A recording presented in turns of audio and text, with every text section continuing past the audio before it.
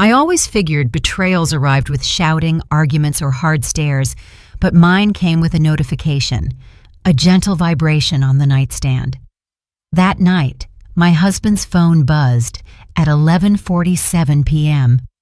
I was wide awake, staring at the ceiling, thinking about the trip we were taking the next day to celebrate our 35th anniversary. He slept soundly beside me with that heavy breathing that always made him seem like a man at peace. But not that night. Something made me look at the phone. Just one text message, one sentence, one clean stab. "Let me know when she's gone." And the sender, Chloe, my best friend for 20 years, my son's godmother, the woman I had shared secrets, tears, and countless cups of coffee with. For a second, I thought my eyes were playing tricks on me.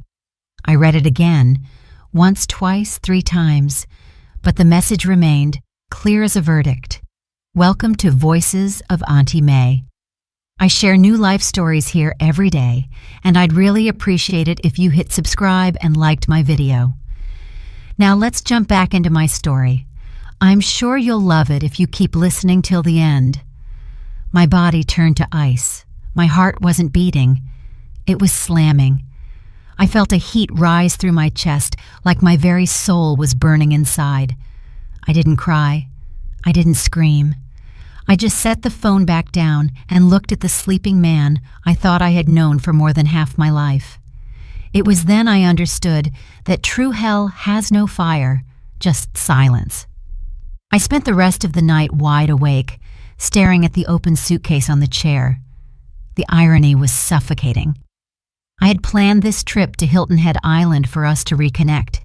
I had hoped that away from the noise and our routines, we could find our way back to each other. And he was already planning a different kind of reunion. Chloe had always been charming, subtle, and elegant, with that smile that made everyone feel comfortable around her. I admired her. I defended her when others criticized her. And while I spoke highly of her, she was talking to him. There had been signs, of course, small gestures, quick glances, awkward silences that suddenly made painful sense. But when you truly love someone, you choose not to see. And I had chosen not to see for years. That night, while he slept, I decided I wouldn't confront him. I wasn't going to beg or cry for an explanation. I wouldn't humiliate myself by pleading for a truth I already knew. If they thought they could fool me, they were about to discover they had severely underestimated me. The next morning, I woke before him. I brewed coffee, ate a quiet breakfast, and acted as if nothing had happened.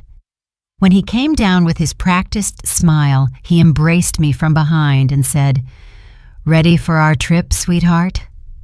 "Ready," I replied without looking at him.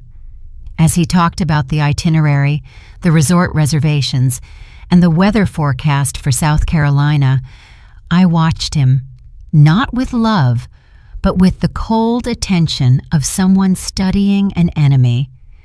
Every word he spoke was another piece of the puzzle. Every smile was another lie I learned to recognize. And while I listened, I already had the first step of my plan in mind. I didn't need to confront him yet.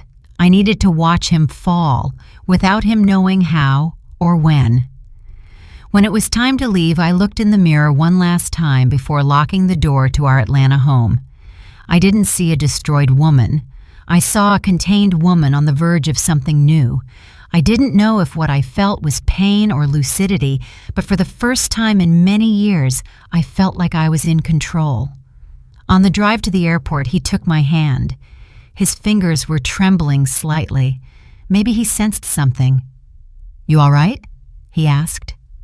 "Perfectly," I replied, with a smile I barely recognized as my own. The flight was silent. I pretended to read a magazine, but I was really thinking about Chloe, how they planned it all, how they must have laughed about me, and how that laughter would be the last thing they had left. My mind moved fast, arranging every piece, as if the pain had awakened a new kind of clarity. I knew what I would do, observe them, wait for the exact moment, and then act. When we arrived at the resort, he asked for the room he had reserved in advance. He said it with such confidence, as if to make it clear that everything was under control. I simply nodded. I smiled at the clerk, took the key card, and got into the elevator. Inside, the silence was heavy. The reflection of our figures in the mirror looked like two strangers. He was humming a tune. I was mentally counting the seconds until we reached our floor. When he opened the room door, everything was perfectly arranged. Flowers, chilled wine, and a welcome note from the resort manager that read, "A special couple's welcome." I looked at him and feigned surprise. "What a sweet touch, huh?" I said. "You deserve it," he replied, kissing my forehead. His lie smelled of expensive cologne and old guilt. While he showered, I went to the window. The view was beautiful, the ocean, the lights of the harbor town pier, the promise of a quiet evening. But behind that beauty, I felt something else, a shadow moving toward us. I realized that destiny sometimes has a cruel sense of humor. This was the same resort where we celebrated our 10th anniversary, the same place where years ago he promised he would never hurt me. And now, 35 years later, it would be the stage where his full betrayal would be uncovered. But I didn't plan to do it with tears. I didn't plan to do it with anger. My revenge would be precise, silent, and clean. That night, when he came out of the bathroom, I faked a yawn. "I'm exhausted," I said. "Rest up, honey. Tomorrow's going to be a long day." "Yes, it will," I whispered. I waited for him to turn off the light. His breathing grew deep. The clock showed 12:30 a.m. I gently took his phone and unlocked it with his fingerprint while he slept. There it was. Tomorrow at 10 a.m. at the resort. She'll be gone by then. Beneath that, a location pin. The very same resort, the very same room. The appointment was set. I locked the phone, turned off the screen, and smiled. They didn't know that the victim could also be the hunter. I didn't sleep that night. I planned every detail. I knew Chloe would arrive the next day. I knew he would leave to find her, convinced I was shopping or having breakfast in the resort restaurant, but I would be closer than they imagined. I prepared the small camera I always carried in my purse, checked the battery, and set the time. At 9:30 the next morning, I dressed calmly, gathered my things, and left the door slightly ajar. There was no fear, no trembling, just one certainty. The game had begun. There are silences that kill more than a shouted word. Mine began that morning when I sat across from my husband at the resort breakfast and pretended everything was fine. He talked about the scenic drives, the weather, and how expensive the breakfast buffet was. I just watched him. Every gesture was a rehearsed scene. Every smile was a fresh coat of paint over an enormous crack. I couldn't believe the man I had shared half my life with was sitting there so casually, planning his day, while the message from another woman sat in his pocket. As I stirred my coffee, I remembered the first time I met Chloe. It was 1994. I had just moved to the neighborhood in Atlanta with my young children, trying to adjust to a new, modest life. She was the first one to knock on my door. She brought a carrot cake and a huge smile. "Welcome to the neighborhood, neighbor," she said, with that warmth that just disarms you. From that day on, she became part of my life. We shared afternoons of conversation, secrets, and laughter. When Marcus was late from work, she was the one who kept me company so I wouldn't feel alone. When my kids got sick, she was the first to show up with medicine and comforting words. And when I trusted her more than anyone, that's when she started to slowly dig the hole where she would bury my trust. I clearly remember the first time I saw her look at him differently. It was at a family gathering. He was grilling barbecue in the backyard, and we were all joking around. At one point, Chloe walked over to bring him a glass of wine. Her fingers brushed against his. It was barely a second, but it was enough for something inside me to clench. That look, that subtle smile you barely notice, but that screams louder than any word. She was looking at him the way I no longer did, and he, instead of looking away, held her gaze, just for 3 seconds. But those 3 seconds changed something forever. Since then, I started noticing details. Messages he quickly erased, calls he took on the balcony, new excuses to go out without me. Nothing serious enough to accuse him, but strange enough to poison the peace. "You're overreacting, Serena," Chloe would tell me when I told her my suspicions. "Men are just absent-minded, that's all." And she said it so convincingly that I ended up believing her. What an irony! I was telling my fears to the woman who was causing them. Years passed, and the distance between Marcus and me grew like a shadow that stretched without anyone stopping it. He became colder, more cutting. Sometimes he'd hug me without really touching me, and when he did, I felt like I was hugging someone who was absent. But I stayed there, holding on to the unsustainable. Women in my community were raised with the notion that love endures everything, that marriage is sacred and forever, that you have to keep quiet for the sake of the family. And I kept quiet. I kept quiet for years while the betrayal grew in silence until it became a permanent fixture. While we ate breakfast at the resort, I observed him with different eyes, not eyes of love, not even eyes of hatred. I looked at him the way you look at a stranger who lives with you out of habit, and it was in that instant I realized I had been sleeping with a stranger for years. "You all right?" he asked, noticing my silence. "Yes, just a little tired. Don't worry, you can rest after breakfast." "I will rest," I replied, hiding the irony in my voice. He had no idea what I was planning. He thought he still had control, but he didn't know the board had already been flipped. After breakfast, we went for a walk on the beach. The wind was soft and the ocean immense. We looked like a happy couple to anyone who saw us pass. Him holding my arm, me smiling naturally. But inside me there was a hurricane. He spoke, and I listened from a distance. His voice sounded hollow, like an old recording.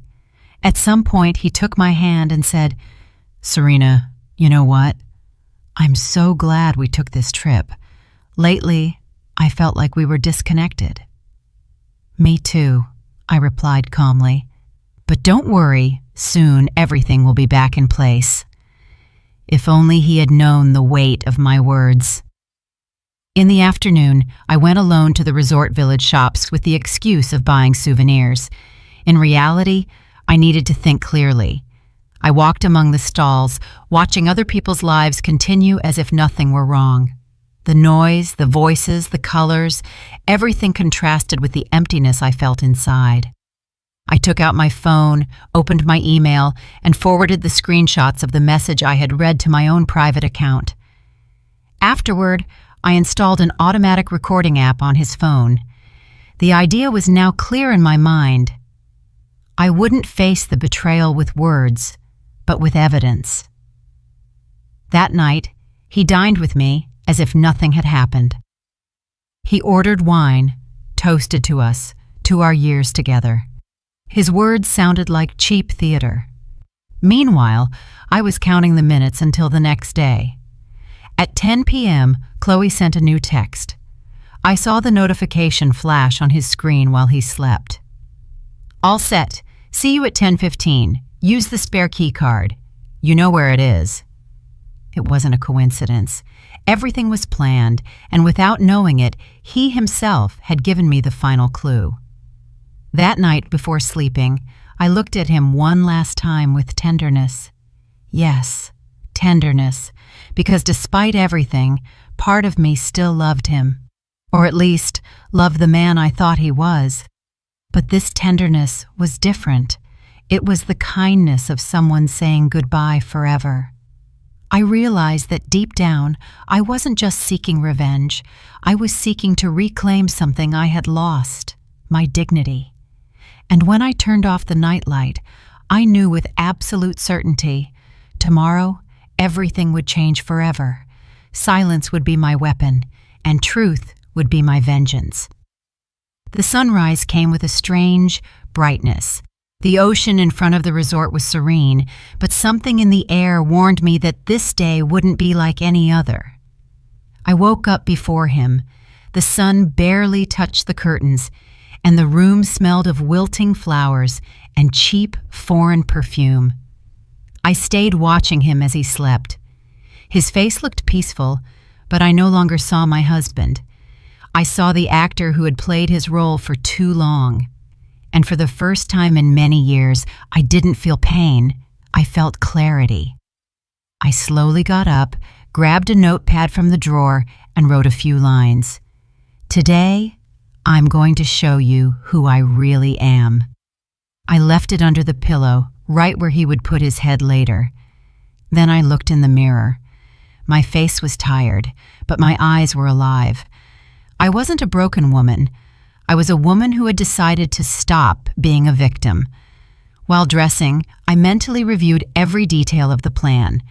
The camera was ready, the recording app was installed on his phone, and my emails were protected with a new password.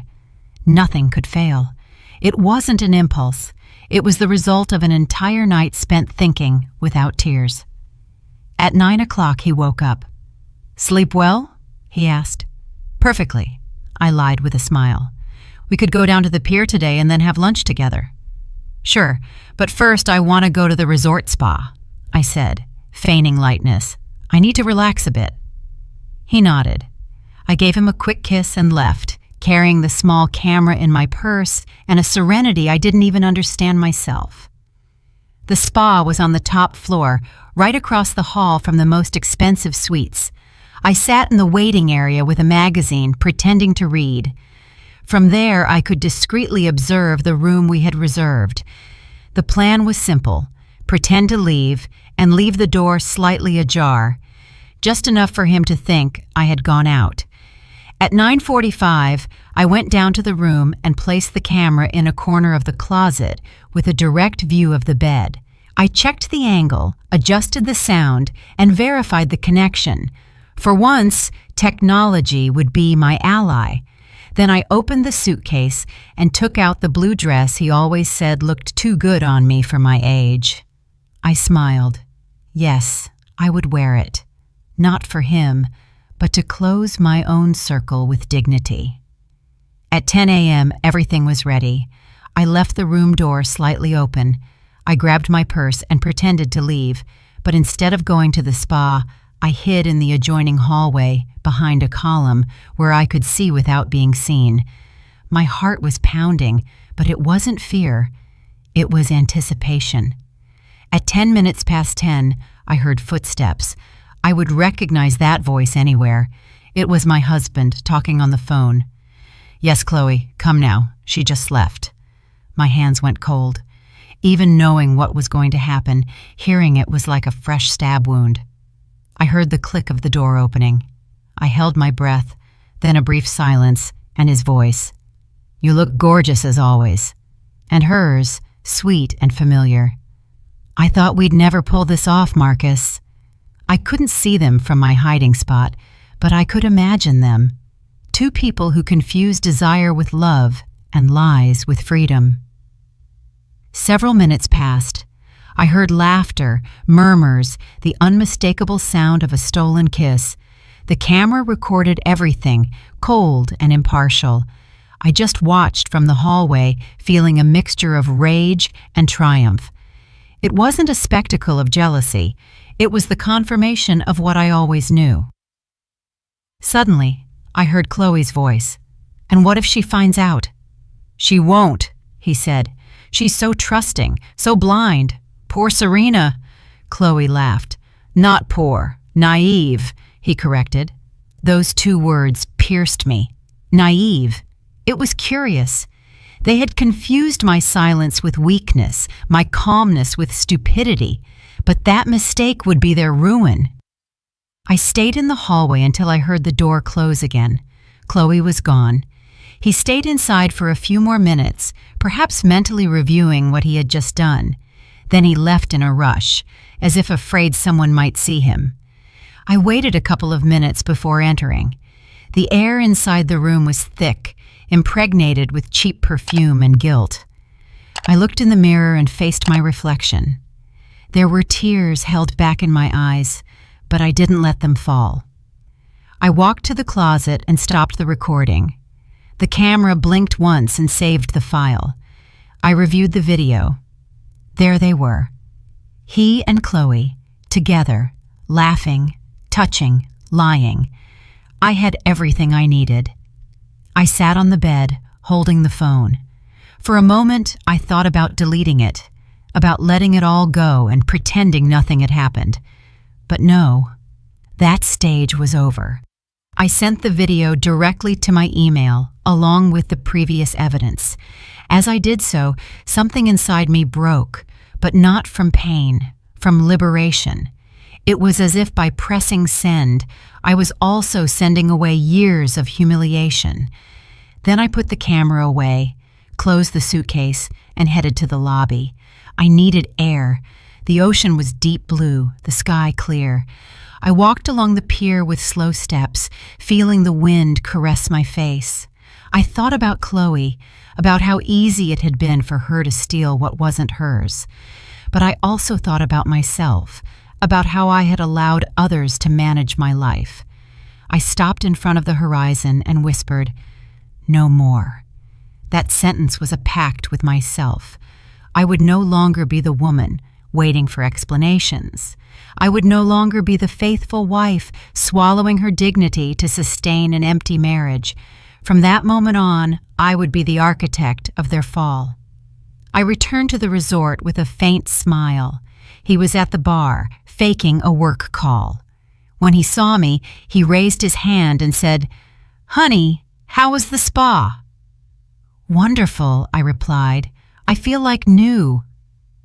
We sat together and ordered a glass of wine. He talked about business, the weather, and trivialities. I just listened, wondering how he could lie with such calmness. He was a perfect actor, but he didn't know that his show was already over. That night, I slept peacefully.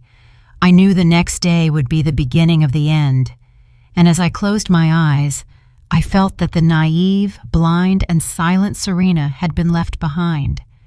The woman who would wake up tomorrow would be someone new, someone who no longer feared losing him, because she understood she had lost him a long time ago. The next morning dawned with a strange air, as if even the sun knew something was about to break. I woke with a feigned calm. He was still sleeping on his back, with that expression of false innocence that fooled me for so many years. I watched him for a long time, trying to remember the last time I loved him without fear, without doubts, without distance. I couldn't remember it. When love dies, it doesn't happen all at once. It goes out like a candle burning in silence, without calling attention to itself. And that day, facing the man who was once my everything, I knew the flame had completely extinguished. I got up, opened the curtains, and let the light in. "Good morning," I said, with a voice that sounded too normal. "Morning, honey," he replied, stretching as if he had no sins to hide. While he showered, I discreetly checked the camera I had hidden the morning before. The battery was still charged. The green light blinked patiently. The device, like me, waited for the moment to record his fall. Breakfast passed without incident.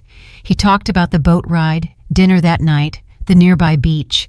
His speech was so trivial it was almost offensive. I nodded, smiling courteously, like an actress in a play I already knew by heart. But behind that pleasant facade, my mind did not rest. Everything had to be perfect. Not one mistake, not one extra word. The trap had to close just when they felt safest. At 9 o'clock sharp, he said he had to go down to the lobby to confirm a reservation. He kissed me on the cheek and grabbed his phone. I pretended to be distracted by a magazine. I watched him leave without moving. When the door closed, the room filled with a new silence. It wasn't emptiness, it was power. For the first time, the silence was on my side. I waited a few minutes before getting up. I went to the door. I opened it just a crack and looked into the hallway. Nothing, but something in the air told me he had already made the call. I returned, grabbed my purse, and headed to the end of the hallway where a small service door connected to the side staircase. It was the perfect hiding spot. From there I could see without being seen, thanks to a mirror in the corner. My heart pounded with a mix of adrenaline and lucidity. It wasn't fear, it was anticipation. At 10:15, I saw her arrive. Chloe, my friend, my confidant, my sister at heart, wore an elegant, discreet beige dress, as if trying to look innocent even in her sin. She walked with a firm step, not looking to the sides. My husband appeared a few seconds later. He greeted her with a smile so natural it hurt. "Finally," he said. "You have no idea how much I missed this." "Don't talk so loud," she whispered. "Serena's convinced I went to the lobby." That phrase made me suppress a bitter laugh. She was convinced, yes, but not of what he thought. They both entered the room. The door closed. The sound of the lock was like the start of a carefully rehearsed scene. From the hallway, I watched the reflection in the mirror opposite the window. I could see enough to understand everything. I saw them embrace, laugh, and talk with that disgusting complicity that only cowards have when they think no one is watching them. My breathing remained controlled. I wasn't trembling. I wasn't crying. I was just watching, cold and awake. It was like watching a movie, except I was the one who wrote the script. I heard his voice. "You don't know what I had to put up with last night." "Poor baby," Chloe whispered mockingly. "Sleeping with her must be a punishment. It's almost over now. I just need a little more time." "And after that?" she asked, resting her hand on his chest. "After that, everything will be ours." The rage rose in me like a wave, but I held it back. It wasn't time to explode. Every one of his words was being recorded, every gesture captured. The camera watched them with the same patience I had waited for them for years. Chloe sat on the bed, crossing her legs flirtatiously. "What if she realizes?" she asked softly. "She won't. She believes what she wants to believe. You always underestimated her." "And I wasn't wrong," he said. That last sentence was the hardest blow, not because of what he was saying, but because it confirmed what I feared, that for years my silence had been his nourishment. I leaned against the wall. My hands were sweating, but not from nerves. It was contained fury, an old fury that was now finding its outlet. I stayed there watching them for more than 10 minutes. Chloe laughed, he kissed her, and the faithful camera saved everything. At 10:30, she got up to leave. "See you tonight," she said, fixing her hair in the mirror. "I love you," he whispered. "I love you too." She closed the door and left. He stayed inside for 5 minutes, checking his phone. I took a step back without making a sound and waited for him to leave. 5 minutes later, I saw him walk away with the same careless air as always. I entered the room. The smell of Chloe's perfume still floated in the air, the open wine bottle on the table, the glass marked with lipstick, the messy bed. Every detail was a silent confession. I walked to the closet, turned off the camera, and reviewed the footage. There were his laughter, their caresses, their betrayal, filmed with implacable clarity. While watching the recording, I didn't cry a single tear. I only felt a strange serenity, as if every second of accumulated pain had transformed into strength. I turned off the screen and put the device deep into my purse. It was time to use the weapon they themselves had handed me. I went down to the lobby and found him sitting at the bar, pretending to check his phone. I approached him with a friendly smile. "Did you confirm the reservation?" I asked. "Yes," he replied, avoiding my gaze. "All set." I patted his shoulder. "Perfect," I said. "Tonight will be unforgettable." He smiled, not knowing how much truth was in my words. That afternoon, I locked myself in the bathroom with my laptop. I downloaded the files and uploaded them to a private cloud.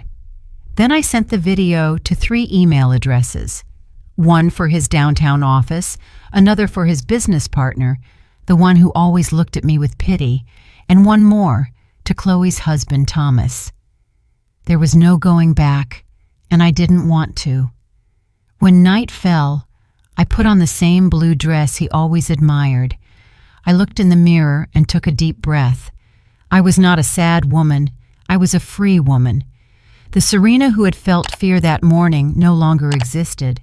The one who would now go down to the dining room would be someone new, someone who knew that you don't need a weapon to destroy the person who betrays you. Just the truth at the exact moment. And that night, that truth was already traveling by email to its destinations. Every word, every image, every forbidden kiss, everything. Tomorrow, the whole world would know who they really were. And when the storm crashed down on them, I would already be far away, silent and unstoppable. The following sunrise did not bring peace. The ocean was still serene, but inside me, a storm was blowing that I could barely contain. I knew this day would mark a before and after. At 6 a.m., I was already awake, sitting by the window, watching the waves crash against the rocks. My husband slept deeply. He had no idea that in a matter of hours, his entire life would collapse. The silence was so dense I could hear the ticking of my watch. Every second reminded me that the moment was approaching. I didn't feel fear, but a frozen calm, a calm only felt by someone who has decided not to turn back. At 7:30, I went down to breakfast alone. He was still sleeping, or pretending to. I didn't care. I poured coffee and opened my notebook. I wrote a single sentence. "He who betrays forgets that the truth has a long memory." As I savored the first sip, I observed the tables around me. Couples talking about love, tourists laughing, families taking photos. Everyone seemed to live a normality that no longer belonged to me.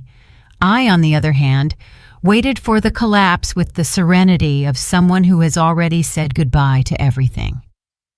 At 9:30 he appeared. His face looked tired, his eyes a little puffy, but he tried to hide it. "Good morning, honey," he said, kissing me on the cheek. "Good morning," I replied softly. He sat down, ordered orange juice, and spoke about unimportant plans, the boat ride, the gala dinner, the return home. I listened in silence, studying every gesture. His hands moved nervously. His eyes avoided mine. Guilt has a language that needs no words. At 10 o'clock, his phone vibrated. He grabbed it quickly, believing I wasn't noticing anything.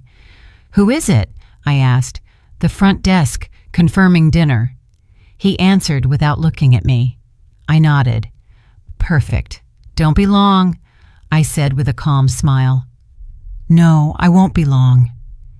He stood up, grabbed his keys, and left the dining room. I counted mentally. 1, 2, 3, 4. By the 5th step, he was already talking on the phone. I knew what he was saying, even though I didn't need to hear it. I put my cup on the table, slowly got up, and followed him. The resort was a maze of carpeted hallways with gilded mirrors that returned distorted reflections of reality.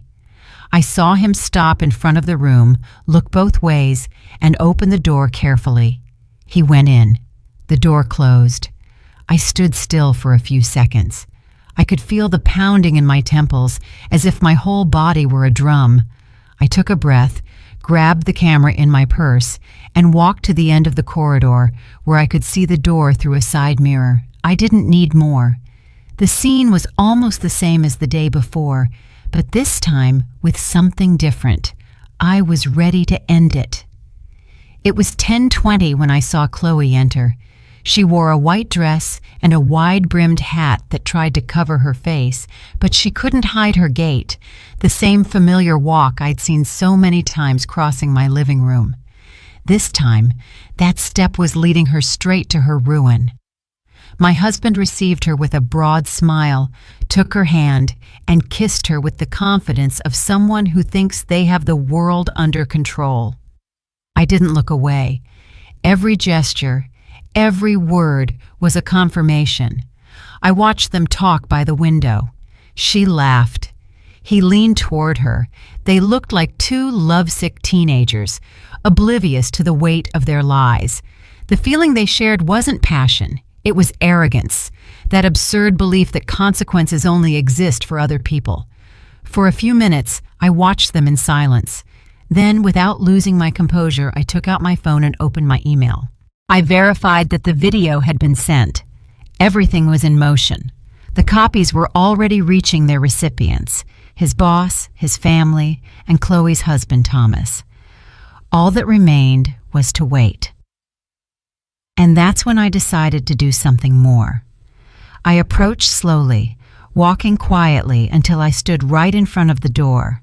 I didn't enter. I just knocked twice. Silence. Then his voice. "Serena, is that you?"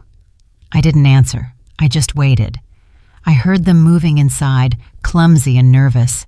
When the door opened, I was met with their two faces frozen in the air.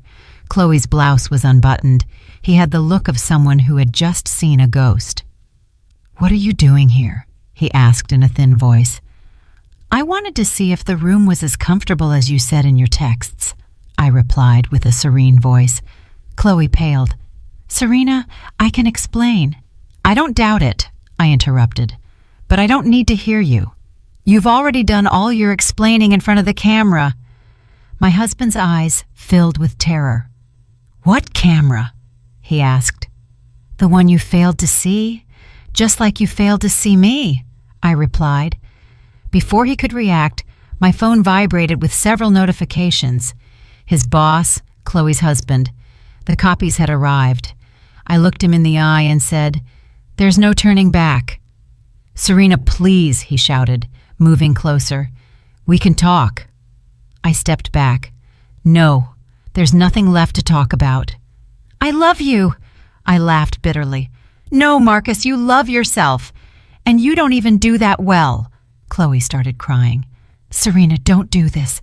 My husband, my family."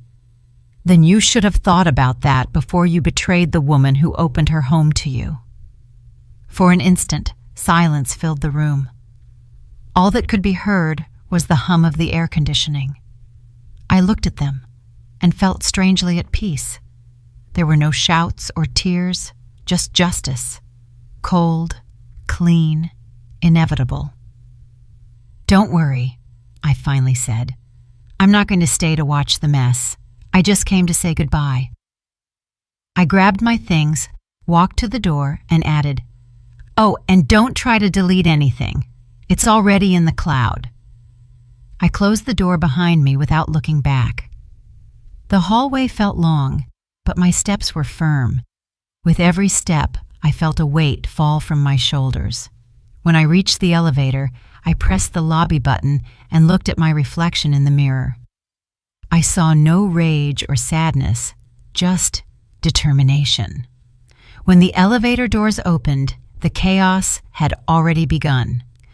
In the lobby, a man was shouting into his phone. It was Thomas, Chloe's husband, holding his cell with the video playing on the screen. The eyes of the guests were glued to him. A few seconds later, I saw my husband run down the stairs, followed by Chloe.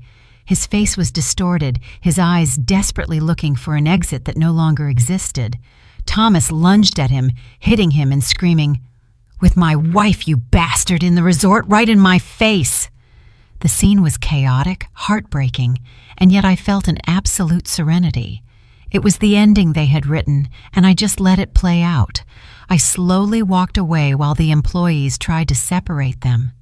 The sound of the screaming faded behind me. Outside, the ocean remained the same. The wind smelled like freedom. That morning, the resort became their ruin, and I, finally, became my own salvation. That same afternoon, while the chaos continued to spread through the resort, I locked myself in my room. Outside, there were hurried footsteps, murmurs, and phones ringing. The rumor had grown like wildfire. The recording was already making the rounds on cell phones worldwide, and I just watched in silence. I felt no guilt. I felt justice. I turned on the television. On the local news in Atlanta, my husband's name was already mentioned alongside the word scandal. One of the resort's security cameras had captured the altercation in the lobby. The images repeated over and over, him trying to flee, Thomas hitting him, people recording with their phones. Everything he had wanted to hide for years was now exposed without filters for everyone to see. And I just breathed. I poured myself a glass of wine and sat by the window. The ocean was calm, as if the world wasn't ending down there. For a moment, I wondered if I had gone too far, but then I remembered his mocking laughter, the nights of contempt, the empty promises. No, I hadn't gone too far. I had only arrived where I needed to be. As the sun set, I opened my laptop and checked my email. Dozens of new notifications, forwarded messages, screenshots, headlines. Every click was a confirmation that everything had worked. Among the emails was one from Chloe. It just read, "Please delete it. My family has seen it. My son is crying. Don't do this to us." I read it 3 times. I didn't reply. At another time, I would have felt sorry. I would have wanted to forgive, but not anymore. You can't ask for compassion from someone who never had any for you. The next email was from my husband. "Serena, let's talk. All this can be fixed. It was a mistake, a moment of weakness. Please, don't destroy everything we built." I smiled. He talked about a mistake, as if it were a slip-up. But his betrayal wasn't an accident. It was a repeated decision for years. And decisions, sooner or later, demand payment. I closed the computer and picked up my phone. I had dozens of missed calls. None of them were worth answering. Silence, once again, was my best response. I lay on the bed and closed my eyes. For years, his voice had been my constant noise. Now, for the first time, silence sounded like freedom. I don't know how long I slept, but when I woke up, it was night. His phone was still vibrating. This time, I answered. It was him. "Serena." His voice sounded broken, desperate. "Yes, please, we have to talk. We have nothing to say to each other. You're destroying me." "No, Marcus, you destroyed yourself. I just turned on the light."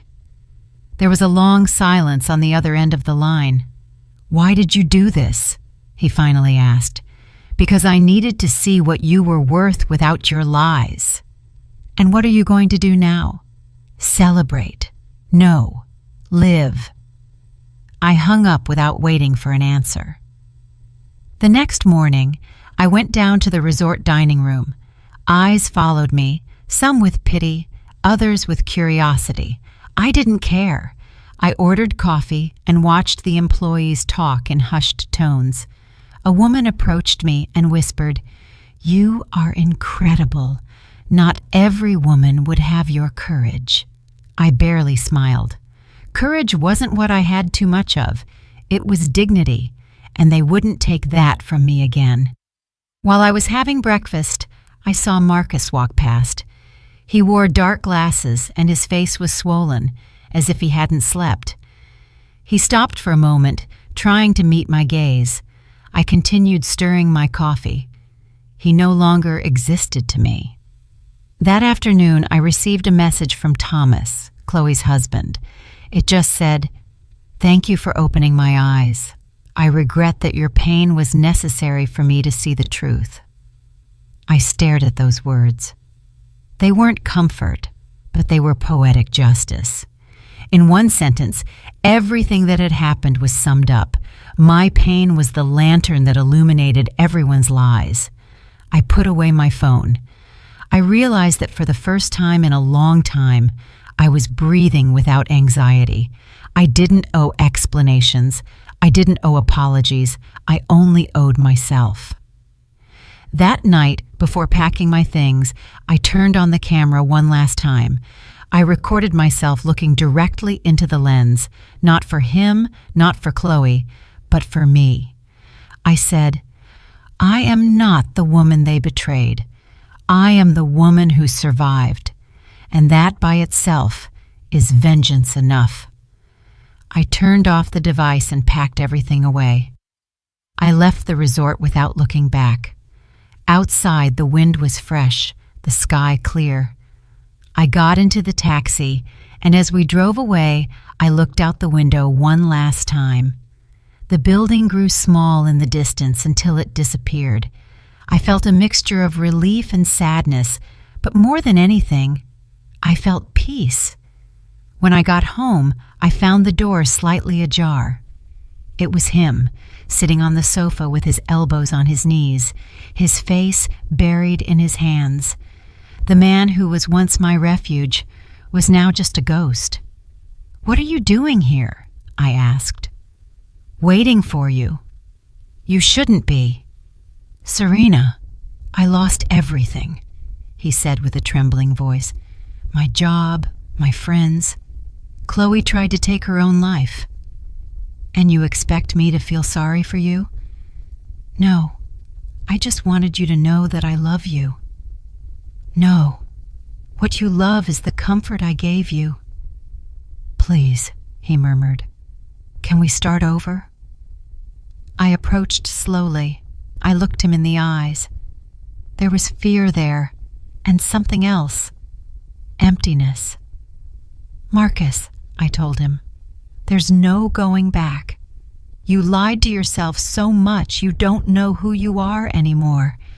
And I finally figured out who I am without you."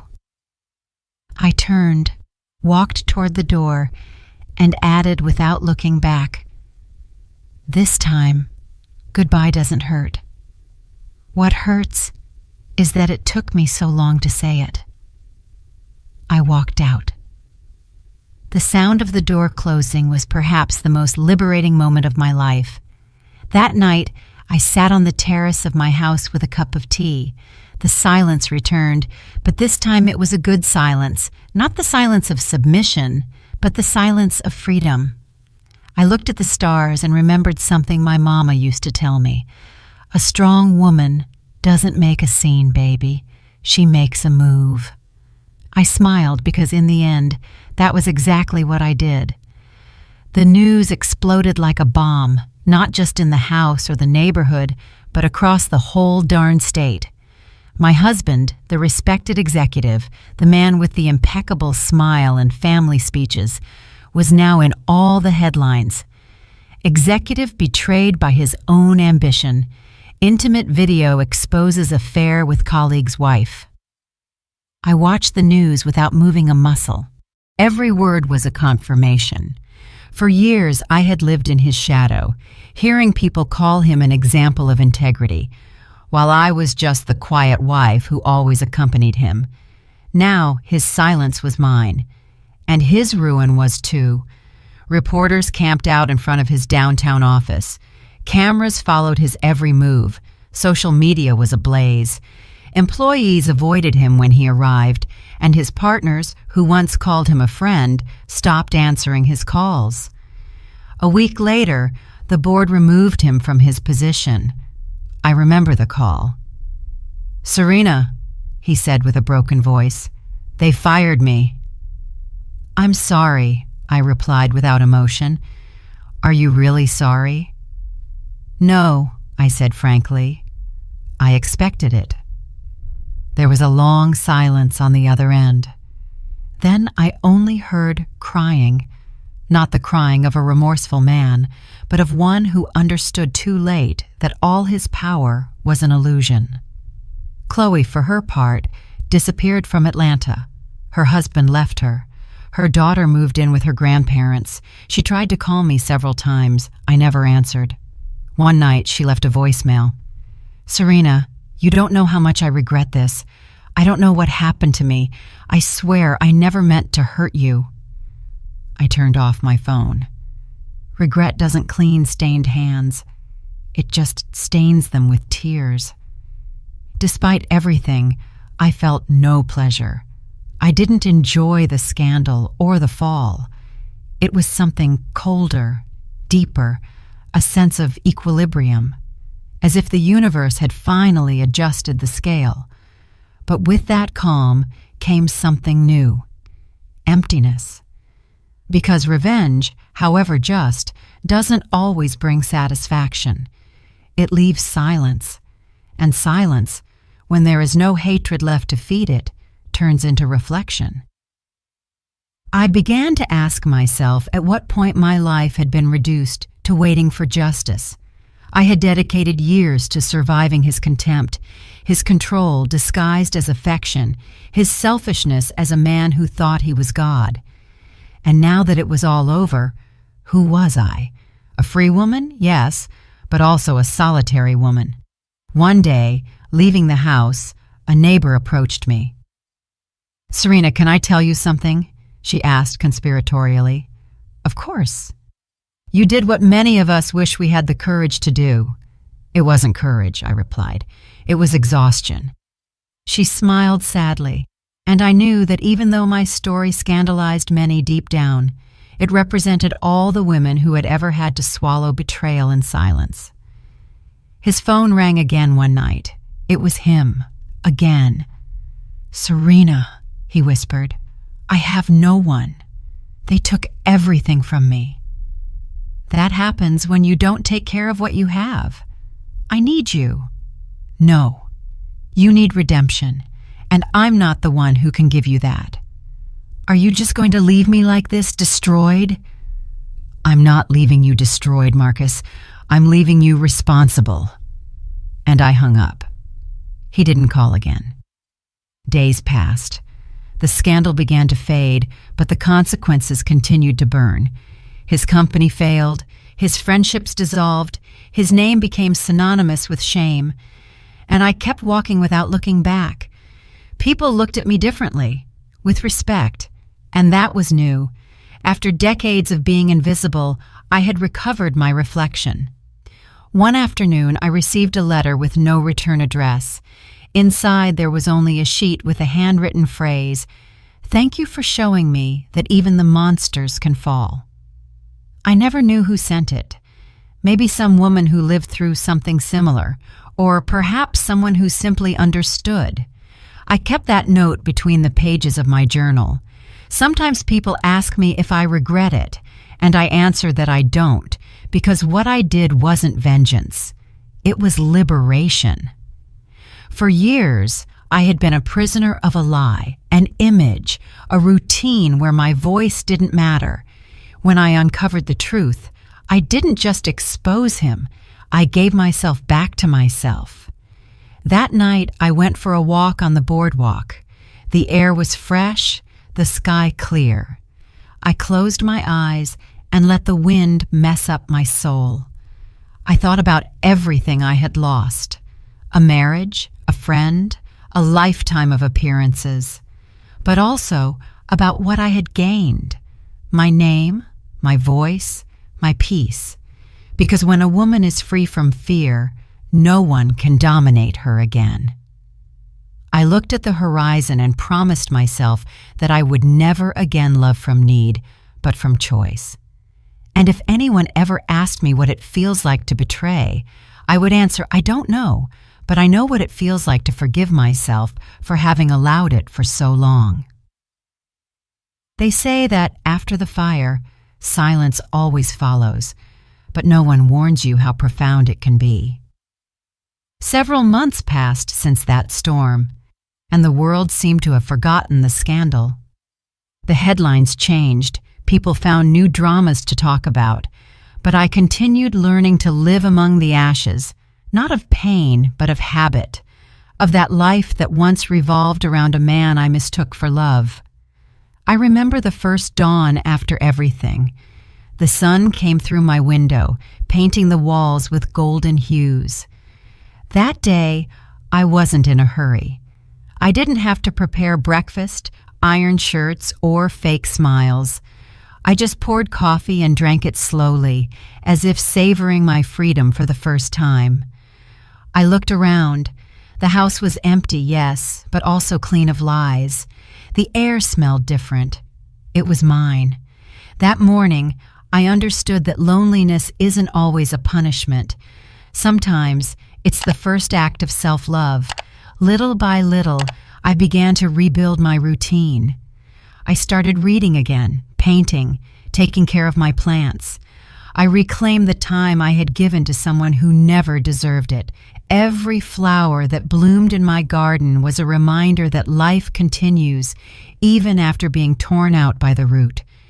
And then something happened that I didn't expect.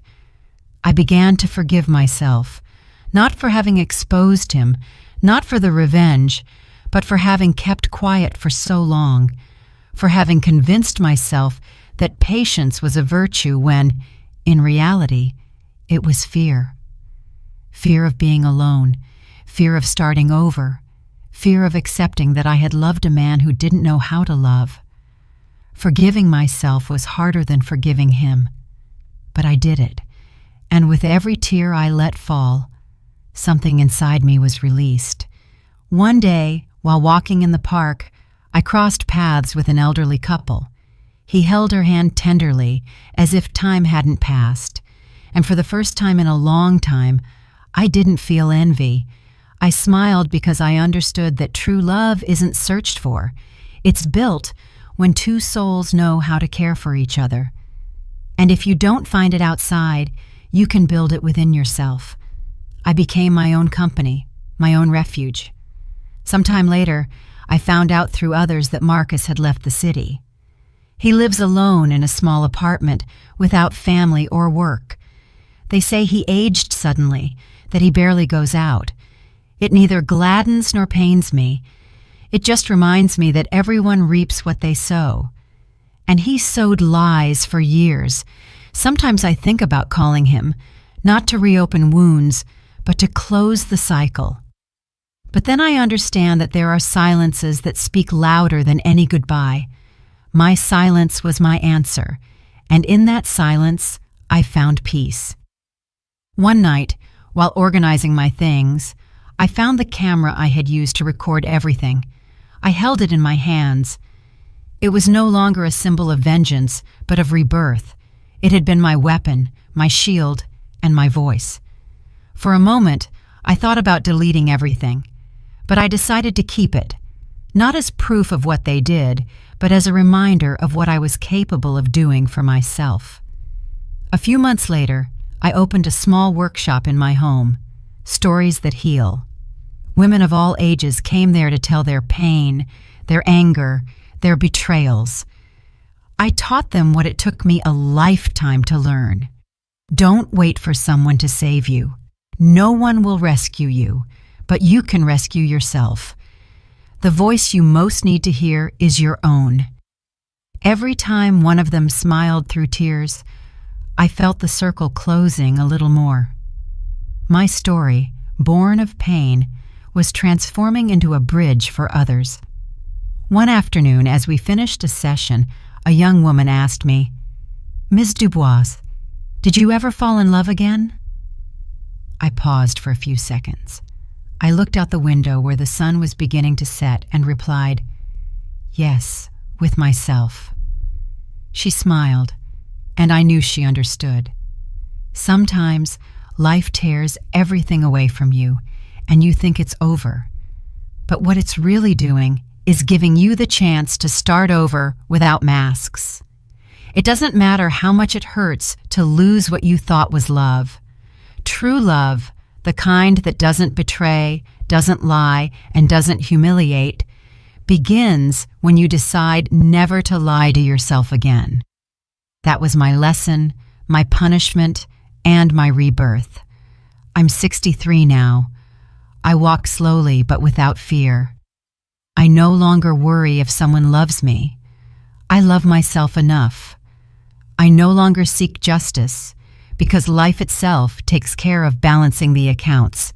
When people ask me how I survived such betrayal, I only answer, I learned to let the fire burn me so I could turn into ash, and from there, become light again.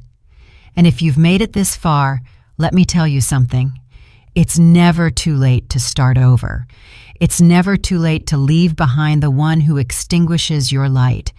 It's never too late to look in the mirror and recognize the woman you were, the one who resisted, and the one who is still standing here.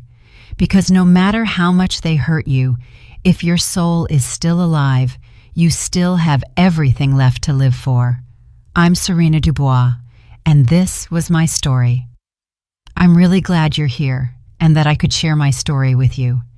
If you liked it, show me by liking the video and subscribing to my channel. Let's see how many of us there are. Write in the comments which city you're watching from and what time it is. I'm so curious to know where all you wonderful people are tuning in from. If you want to support me a little extra, you can also send a small donation. I share new life stories for you every single day. And now, 2 of my most popular stories will pop up on the screen so you can choose what to watch next.